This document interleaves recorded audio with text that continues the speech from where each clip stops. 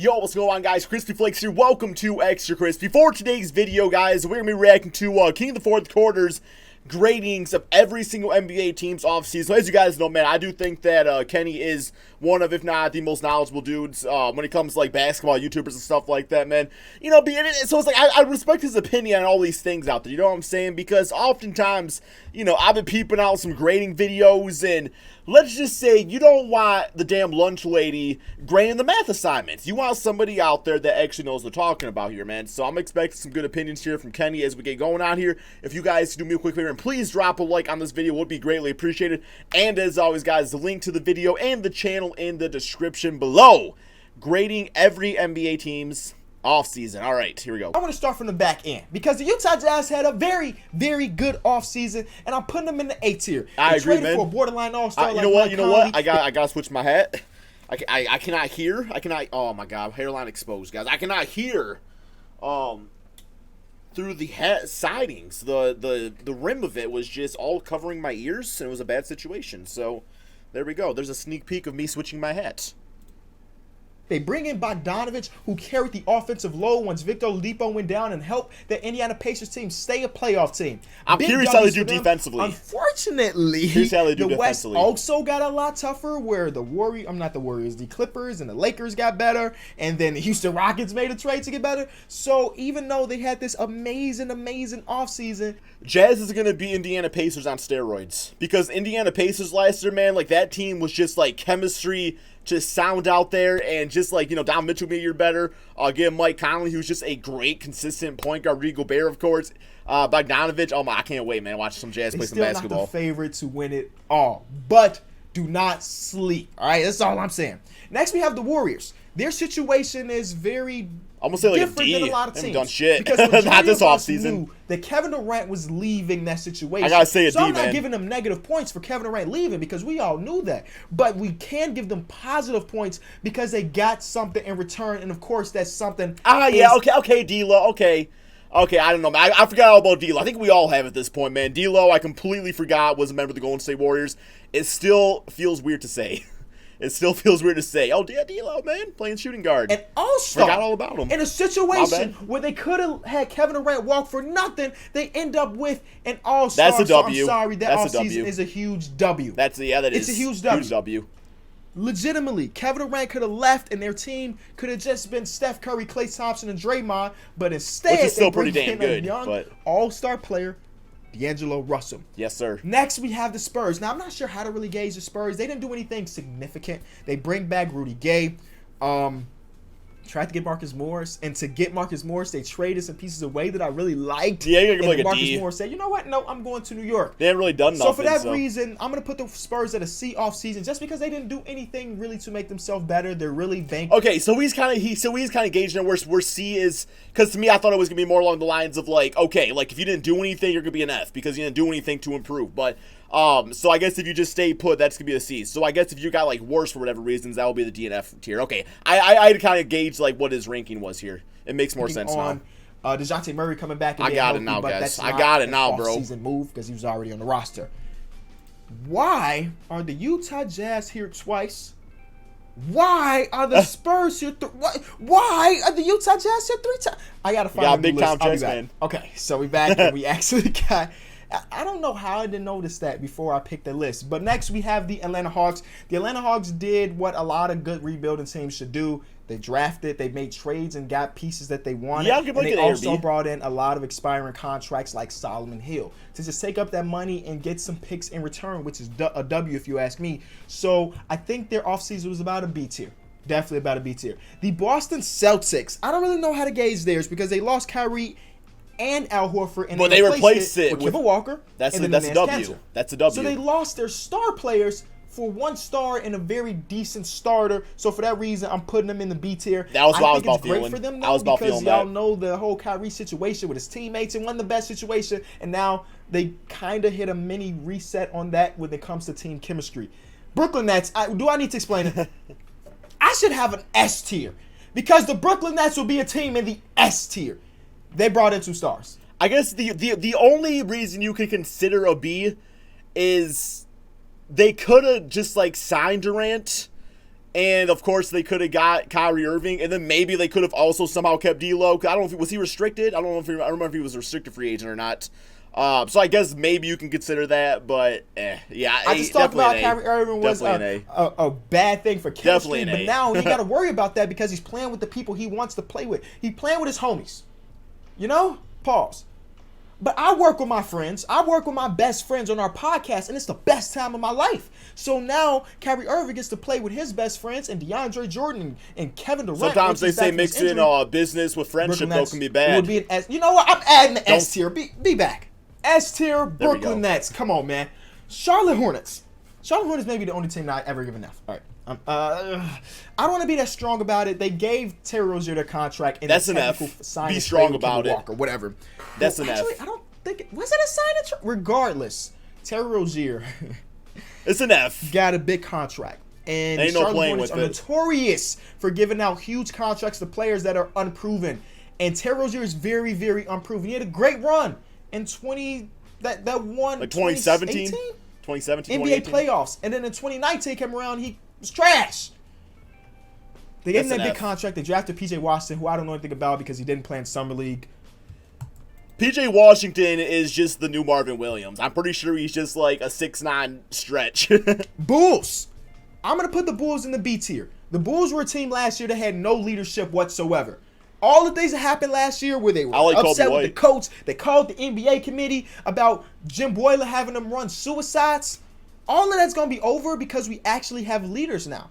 We brought in Thaddeus Young, who was the captain of the Indiana Pacers team. Little did you know, the captain don't always have to be the best player. It's about the best teammate. And Tobias Harris was the captain of that team. Got your vets on the team. And we brought him in, and not to mention he's a very good player too. He's a pretty good player. I don't want to throw a very on it. Then we drafted Kobe White and Daniel Gafford played well in Summer League. I think we had him beat offseason, which is dope. The Cavaliers. I might have liked to see one more signing from Chicago Bulls. And I still think maybe they could do something out there. I don't know. I just feel like I want to see one more low-key signing for the Bulls. It's an interesting situation because everybody loves Darius Garland, but again, I haven't seen much of him. Other than that, it was a weird pick. Which is smart for a team like them. Is they don't have any money, and they don't have trades to make. I'm putting them in a C tier. They didn't make many moves, similar to like the Spurs. Not a bad thing. Not necessarily a bad thing. Not very good either. They might have devalued Colin Sexton by putting him that shooting guard, though. The Mavericks were this close to having Goran Dragic in the trade, but y'all remember how that went down with the Miami Heat. So that got scrapped.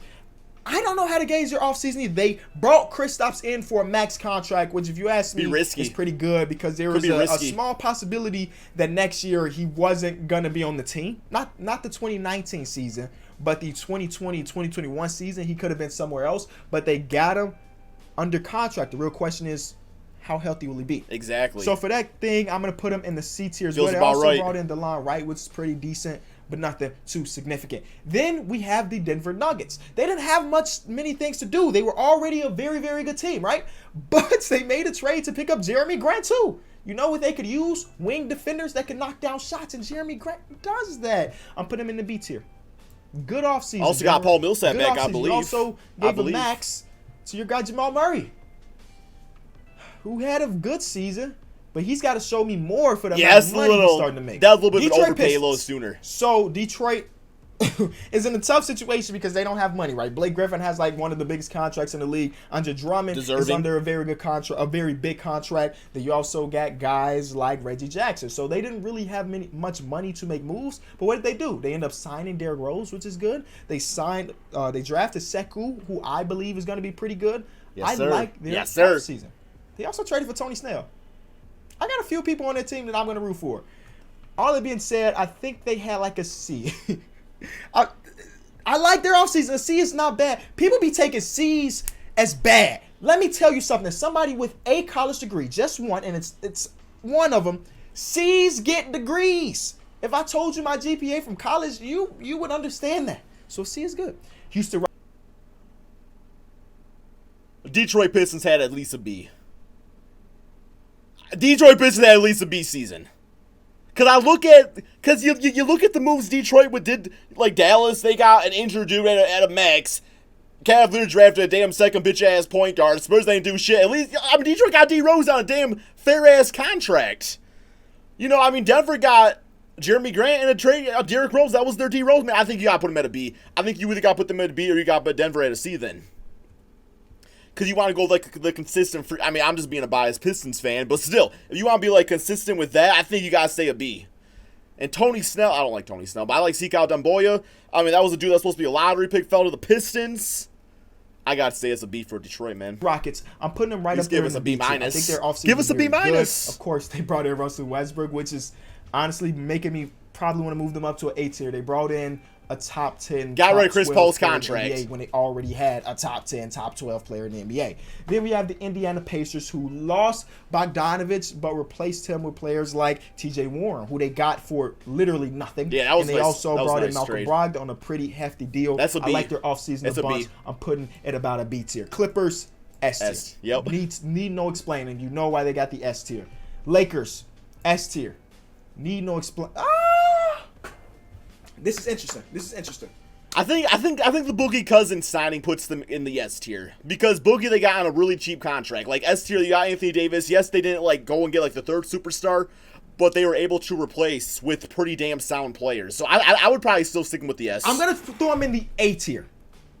I do believe that the Lakers are a team that is going to be competing for a championship 100%. They got Anthony Davis, which makes it an A tier, but they didn't get that third star, and because of that, they missed out on a lot of very good free agents. Their team is very good still, but of course you would have liked to see them pick up some I think what they had to work with, they got it done. I'm putting it in the A tier. Remember, S tier is literally like the best of the best, all right? The Memphis Grizzlies, I talked about them earlier. I think they had a B tier. Offseason, right. Drafted well, re-signed some guys who fit the culture, W's. Miami Heat, for a team that was capped out, I think they had a very good offseason. They bring in Jimmy Butler, who can be their star player.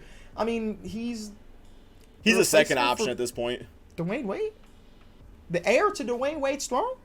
He's a second option at this point, though. You ain't gonna brought in a star player to a team that is already pretty good. They did make the playoffs this year, but we know them as a team that's no slouch, but now they actually have a go-to guy like that. I mean, not to mention he's one of the best closers in the league last year.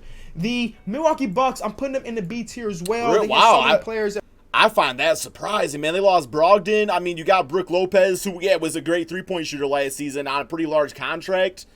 Who the hell did they get? Who'd they get? Up for a contract, Chris Middleton, Brook Lopez, Nico Mirotic. I'd say more close to a C or again, Malcolm Brogdon. So they had to make decisions, and the decisions they made were bringing back Chris Middleton, bringing back Brook Lopez, bringing in Robin Lopez, and bringing in Wesley Matthews. I like Wesley Matthews. It's a very underrated signing. That was a nice signing. The Timberwolves. The Timberwolves turned Dario Saric into a top 10 pick.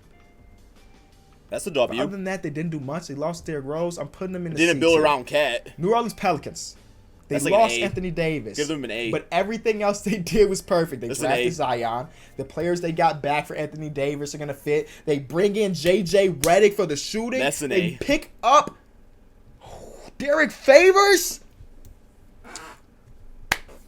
Do I want to put them A tier or do I want to put them in the B tier? They're an A. That's an A tier. That's definitely an A tier. I got to come back to that one. That's an A tier. Then we have the Knicks. Now, the Knicks, for the first week of free agency, were like the laughing stock of the league because they had these ambitions of superstar players and they landed none of them. Based off that, should be a D. They brought in some guys like Julius Randle, pretty good. And then the guys that they did sign, and you're like, why did they sign him? They signed him for a 1+1, which means that next year they may not be on the roster. They kept themselves completely flexible. So as much as a lot of people probably have them in the F tier, I'm putting them in the D tier. I'll say D. It wasn't absolutely terrible. It just wasn't ideal. Then we have the OKC Thunder. And you have to think about this. Again, it's about the cards that they were dealt. Paul George wanted out, so they traded him. I'm not going to fault them for trading Paul George because he didn't give them any options. But they got amazing things in return for him and for Russell Westbrook. So for that reason, I'm putting them in the B tier. No arguments there. Hard no reset, arguments. Hard rebuild. They're probably going to win not many games, but there's a possibility that they win a decent amount if they keep Chris Paul. But they have, 9 picks over the next couple years because of all the picks they got back for Russell Westbrook and Paul George. That's a W. Even if you don't draft those picks, what is a saying on this channel? You get assets. You know the rest. The Orlando Magic, they brought back their entire roster and they bring in Al-Farouq Aminu. I'm putting that at about a C. Still good enough for them to make the playoffs. The Philadelphia 76ers. Oh, it's be interesting. We got to say one because they lose Jimmy Butler. See what he says. But to replace Jimmy Butler, they bring in Al Horford. They also lost JJ Redick. Lost JJ Redick too. That was a big time player for them last year. Harris still contract. If you ask me, is pretty big for a player that's never been an All-Star. He's got to show me something this year. But they lost their closer. And my real question for them is who's going to step up and be their closer? Will it be Joel? I don't know, because we rarely get big men as closers in the NBA. Even when we think about Jokic, who's one of the best centers in the league, a lot of the big-time shots that were hit for them were by Jamal Murray. You know what I'm saying? So who's going to be their closer? Is it going to be Tobias? Are they giving it to Ben Simmons, who's not a jump shooter? I think Tobias has the potential. But I'm sure they will. They did have a very good offseason. Hey. Okay. Phoenix Suns. They drafted Cam Johnson. Got Ricky after Rubio. trading T.J. Warren. I'm not explaining to you. They did not have a good offseason. Ricky Rubio got a pretty big contract. I haven't seen Cam Johnson. Ricky Tricky. But my boy Kobe White's reaction to this guy getting picked means all. I mean, some people had Cam Johnson projected to the 30th pick. Some people had him at 22, and you took him at 11. Made some bad trades. Not a fan. Got Dario Saric. Portland Trailblazers. Portland like a B or So an A. again, they had the hand they were dealt. They lose Mo Harkless. They lose Al-Farouq Aminu. But they bring in Hassan Whiteside for their depth because, I mean, Yusuf Nurkic is going to be out Ken for a minute. Bazemore to Just Zero thinking about Little. the injury makes me cringe. And then they bring in Ken Bazemore. Solid NBA player. I like that. So I'm putting him at about a C tier. I would say getting a Zero Little, that's got to put him at a B. I mean, that was the dude that's supposed to go louder. They got more like 25th. That's big also time. In the C tier, they made some signings here and there, but I don't think any of them ultimately going to help them get over that hump. They were the 9th seed last year, and so many teams got better that I'm afraid that they're going to fall back down, and that scares me a bit. The Toronto Raptors, C tier, they lose Kawhi Leonard. There's nothing they can really do about that. Got the great Stanley Johnson. But they didn't have the money to make any significant moves to replace him, so they brought in guys that they can maybe help develop into players that they thought they could be. For example, Stanley Johnson, he was drafted top 10, and now they have him to maybe help him develop into that potential. Or guys like Rondae Hollis-Jefferson. Let's see. Good, but now he's in a situation in Toronto that can maybe help him get there. And the Washington Wizards, they still don't have a real general manager. They have an interim general manager, but they didn't do much. They're like an F. Didn't do much. You gotta give him an Brought F. in Hachimura. Yeah, that's pretty much it. Re-signed Thomas Bryant, just cool. Oh, you thinking C maybe? Okay. C tier. And then back to the Pelicans. I'm throwing them in B tier. That is my.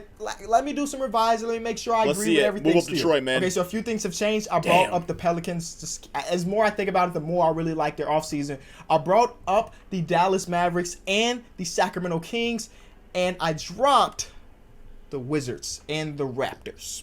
Fair enough. So that's my complete list. Hopefully you enjoyed it.